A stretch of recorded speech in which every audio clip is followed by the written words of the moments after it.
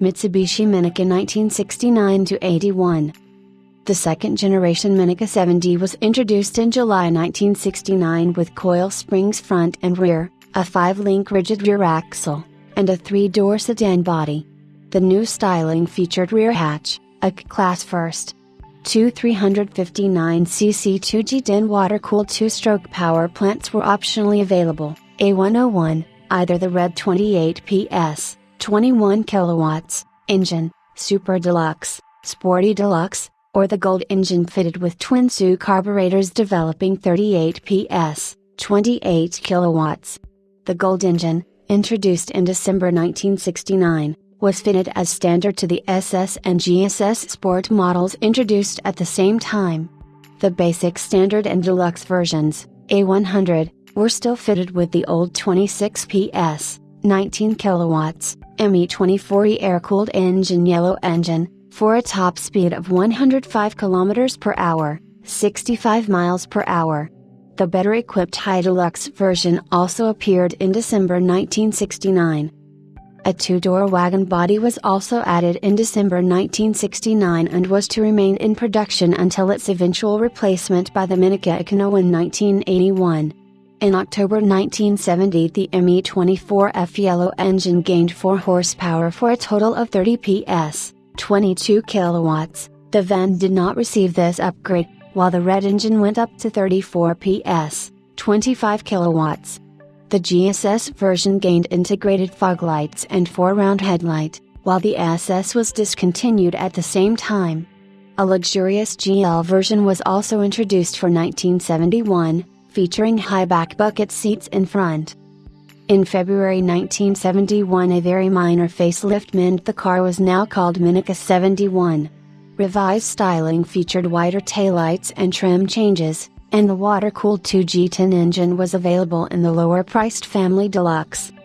The Minica Skipper, A101C, was introduced in May 1971 as a 2-door coupe with liftable rear window, and a choice of red or gold 2G10 engines. The Skipper was available either as the S, L, L, L or GT.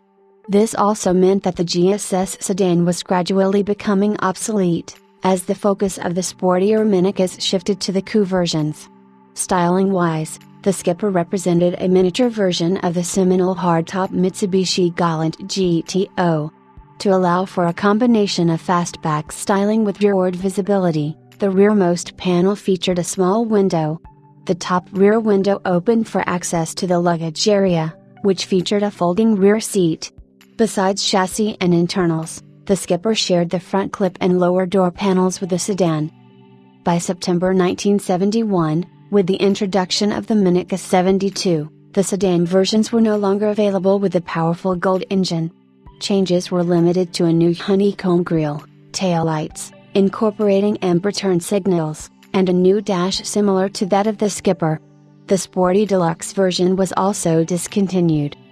In October 1972, the 2ND generation Minica received its last facelift, becoming the Minica 73 as a low-cost alternative to the new F4.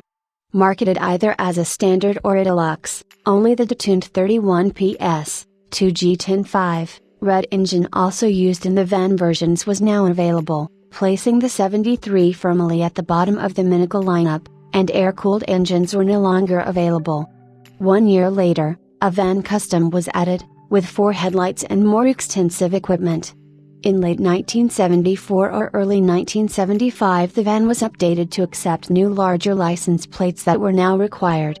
The van continued with the 2-stroke 2G10-5 engine until being replaced by the bigger engine Minica 5 van, A104V, in March 1976. Also in October 1972, the renamed Skipper 4, A102, received the new 4-stroke 2G21 engine from the Minica F4, with either 32 or 36 PS.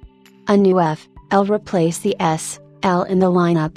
Along with some safety improvements in October 1973, both engines were replaced by the 30 PS, 22 kilowatts, Vulcan S engine, as the Skipper 4 lineup was further narrowed.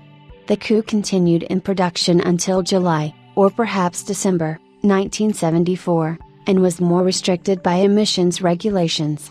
Mitsubishi revived the Skipper nameplate in 1996 on a special, town version of the Pajero Mini.